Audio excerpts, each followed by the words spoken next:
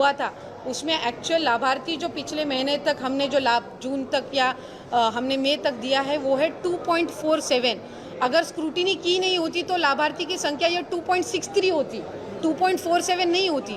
तो हमने स्क्रूटिनाइज किया है और ये जो स्क्रूटिनी की या ये जो हर एक डिपार्टमेंट के हम स्कीम में जो हम स्क्रूटिनाइज करते हैं ये कोई नई बात नहीं है।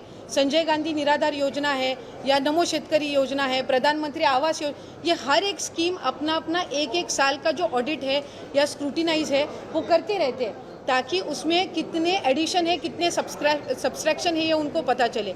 जैसे कि संजय गांधी निराधार होगा, अगर उसमें जो लाभार्थी है उनका इंतकाल हो गया, अगर वो एक्सपायर हो गए तो वो डेटा तो उनको वेरीफाई करना पड़ेगा। जैसे हम हर एक महीने का डेटा लेते हैं कि अबाउट 65 जो जाते हैं एज ग्रुप के, तो वो हम हर महीना स्क्रूटिनाइज करके वो कम करते रहते हैं। तो इस हिसाब से ये जो है वो एक कंटिन्यूस प्रोसीजर है और ये हर एक स्कीम अच्छे तरीके से हमें इम्प्लीमेंट करनी है, इसके लिए ये सब प्रोसीजर चलती रहती है। अगर आईटी डिपार्टमेंट का डेटा हमें कुछ अनियमितता या फिर हमारे कुछ कंट्रोवर्शियल अगर वो रहता और अगर हमारे इंटेंशंस कुछ ऑल गलत रहते तो शासन ये डेटा ही नहीं कलेक्ट करता।